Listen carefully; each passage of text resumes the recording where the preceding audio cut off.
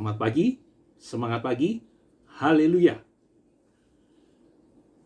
Para pemirsa, kita bertemu lagi dalam acara Renungan Pagi.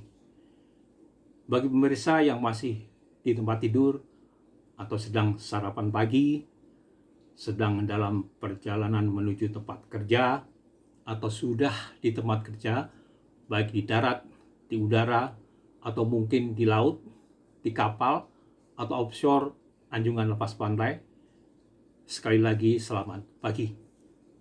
Tapi sebelum kita mendengar renungan firman Tuhan, mari kita berdoa. Bapa dalam surga, yang kami panggil dengan nama Tuhan Yesus Kristus, pagi hari ini kami akan mendengarkan sebagian dari firman-Mu. Engkau buka dan sucikan hati kami, sehingga kami dapat mengerti sabda-Mu. Biarlah urapan Roh Kudus yang akan memberikan hikmat dan pengertian yang lebih dalam lagi, sehingga firman-Mu dapat kami pakai sebagai perubahan bagi kehidupan kami. Kami akan mendengar firman-Mu hanya di dalam nama Tuhan Yesus Kristus. Haleluya. Amin.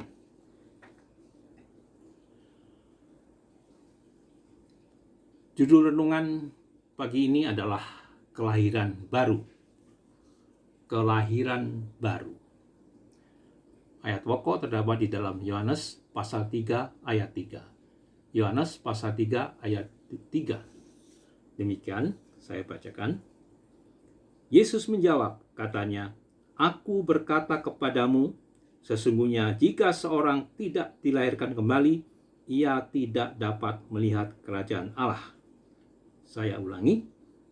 Yesus menjawab, katanya, "Aku berkata kepadamu, sesungguhnya jika seorang tidak dilahirkan kembali, ia tidak dapat melihat kerajaan Allah."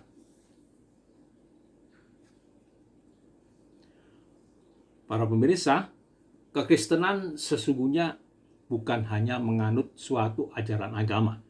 Namun lebih dari itu, kekristenan yang benar merupakan perubahan kehidupan yang terjadi karena pertobatan dan menerima Yesus Kristus sebagai Tuhan.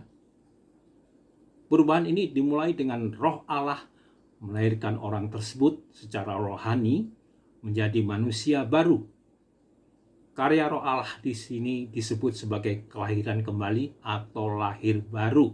Artinya, kehidupannya yang lama, yang penuh dengan dosa, telah dihapuskan, dan sekarang oleh pertolongan Tuhan, ia menjadi manusia baru yang telah diampuni dari segala dosa-dosanya. Di dalam 2 Korintus pasal 5 ayat 17, 2 Korintus pasal 5 ayat 17, demikian, saya bacakan. Jadi siapa yang ada di dalam Kristus, ia adalah ciptaan baru. Yang lama sudah berlalu, sesungguhnya yang baru sudah datang. Saya ulangi. Jadi siapa yang ada di dalam Kristus, ia adalah ciptaan baru. Yang lama sudah berlalu, sesungguhnya yang baru sudah datang. Jadi, keselamatan diperoleh karena kasih karunia Tuhan melalui iman kepada Yesus Kristus. Namun kehidupan kekristenan tidak berhenti sampai di situ saja. Sebagai wujud dari pengakuan bahwa Yesus adalah Tuhan, kita harus menyerahkan diri sepenuhnya kepada Sang Raja untuk hidup dalam kehendak-Nya. Inilah yang disebut buah dari pertobatan. Di sini seseorang menyerahkan dirinya untuk hidup dalam kehendak Tuhan dan senantiasa diperbarui dari hal-hal lama yang bersifat dosa. Setelah lahir baru, apa yang harus dilakukan oleh orang Kristen? Yang harus dilakukan adalah menghasilkan buah pertobatan. Seperti dikatakan di dalam Matius pasal 3 ayat 8, di mana Yohanes membaptis pada saat itu setelah selesai membaptiskan orang-orang yang bertobat, mengatakan demikian di dalam Matius pasal 3 ayat 8. Jadi hasilkanlah buah yang sesuai dengan pertobatan. Saya ulangi. Jadi hasilkanlah buah yang sesuai dengan pertobatan. Alkitab membedakan orang Kristen dalam dua golongan, yaitu manusia rohani dan manusia duniawi, seperti ditulis di dalam 1 Korintus pasal 3 ayat 1. Manusia duniawi ialah orang Kristen yang tidak menghasilkan buah pertobatan. Sedangkan manusia rohani ialah orang Kristen yang telah meninggalkan kehidupannya yang lama serta hidup secara terus-menerus di dalam pembaruan. Sebagai orang yang sudah bertobat, kita telah meninggalkan manusia yang lama serta kelakuannya dan mengenakan manusia baru yang terus-menerus diperbarui. Di dalam Kolose pasal 3 ayat 5 dijelaskan bahwa sebagai orang yang telah bertobat, kita harus mematikan dari dalam diri kita segala sesuatu yang duniawi, yaitu percabulan, kenajisan, hawa nafsu, nafsu jahat, keserakahan, penyembahan berhala. Dan di dalam Kolose pasal 3 ayat 8 disebutkan kita juga harus membuang marah, geram, kejahatan, fitnah, kata-kata kotor.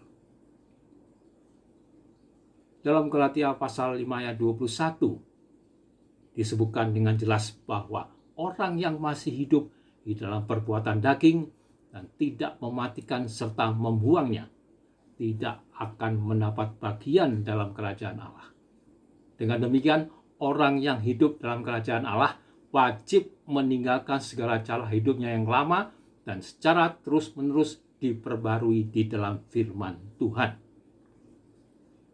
Para pemirsa, apa yang perlu kita renungkan hari ini?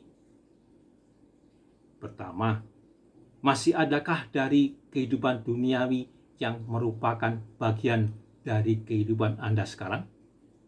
Bila masih ada, matikan dan buanglah hal itu dari kehidupan Anda. Mintalah agar Tuhan mengampuni dan menguduskan kehidupan Anda. Yang kedua, percabulan merupakan dosa yang sangat menyedihkan hati Tuhan. Apakah Anda masih memiliki segala sesuatu yang terkait dengan hal ini? Seandainya ada, buanglah semua benda tersebut saat ini juga. Sebab semua itu dapat mengikat Anda semakin lama semakin kuat, sehingga Anda tidak dapat melepaskan diri lagi dari ikatan dosa ini. Ada sebuah ayat yang sangat baik untuk kita hafalkan pada hari ini. Terdapat di dalam Lukas pasal 9 ayat 23. Katanya kepada mereka semua, setiap orang yang mau mengikut aku, ia harus menyangkal dirinya, memikul salibnya setiap hari dan mengikut aku. Lukas pasal 9 ayat 23. Katanya kepada mereka semua, setiap orang yang mau mengikut aku, ia harus menyangkal dirinya, memikul salibnya setiap hari dan mengikut aku. Kita akan berdoa untuk menutup percobaan pagi ini. Bapa dalam surga, di tempat yang maha tinggi, yang kami sebut dengan nama Tuhan Yesus Kristus, kami telah selesai mendengar sebagian dari firman-Mu, firman-Mu yang telah mengajarkan kepada kami dengan jelas bahwa lahir baru berarti kehidupan yang lama, yang penuh dosa telah dihapuskan oleh pertolongan Tuhan, dan kita menjadi manusia baru, dan orang yang masih hidup di dalam perbuatan daging yang tidak mematikan serta membuangnya, tidak akan mendapat bagian dalam kerajaan Allah. Dengan demikian, kita yang hidup baru dalam kerajaan Allah wajib meninggalkan secara hidup kita yang lama dan secara terus-menerus dibarui di dalam firman Tuhan. Terima kasih Tuhan untuk firman-Mu yang telah kami terima pada pagi hari ini. Kami berdoa dan mengucap syukur hanya di dalam nama Tuhan Yesus Kristus. Haleluya. Amin.